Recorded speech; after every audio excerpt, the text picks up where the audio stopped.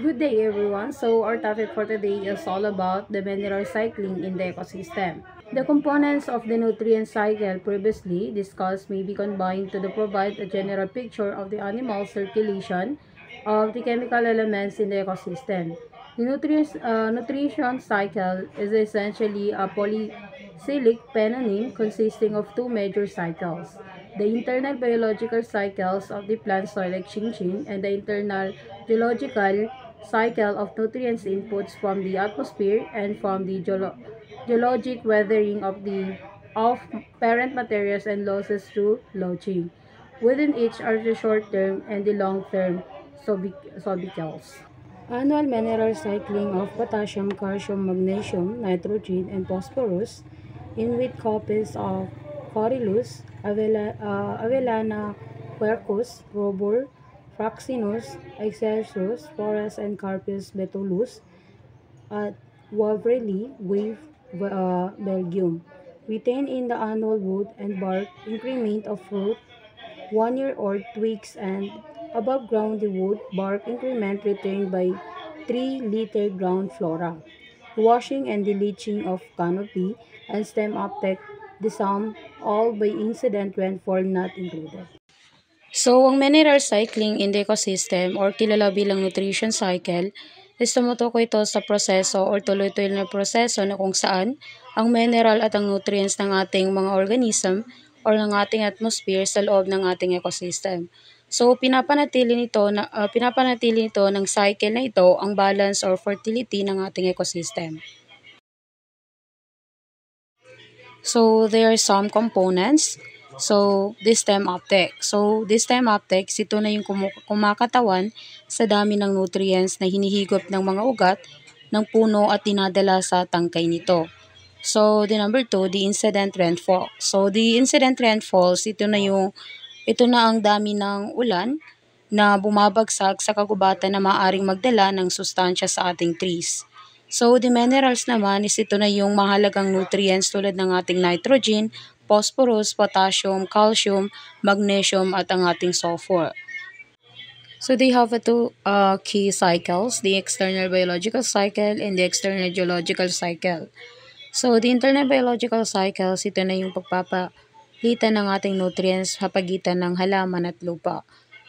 While ang external geological cycle is kasama sa cycle na ito ang paggalaw ng ating nutrients sa pagitan ng ating ecosystem at ng mas malawak na kapaligiran.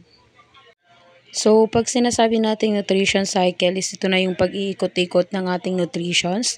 So, for example, pag yung isang trees is may bunga siya, kapag nahulog yung kanyang bunga, which is fruits or any kind of fruits, yung bunga na yon is maaari siyang kainin ng ating animals na kung saan ang ating animals naman is maaari siyang pumupo sa ating soil or sa ating lupa na ang soil naman natin is absorb niya yung pupo ng isang animals na kung saan is galing siya sa ating trees na meron siyang nutrients.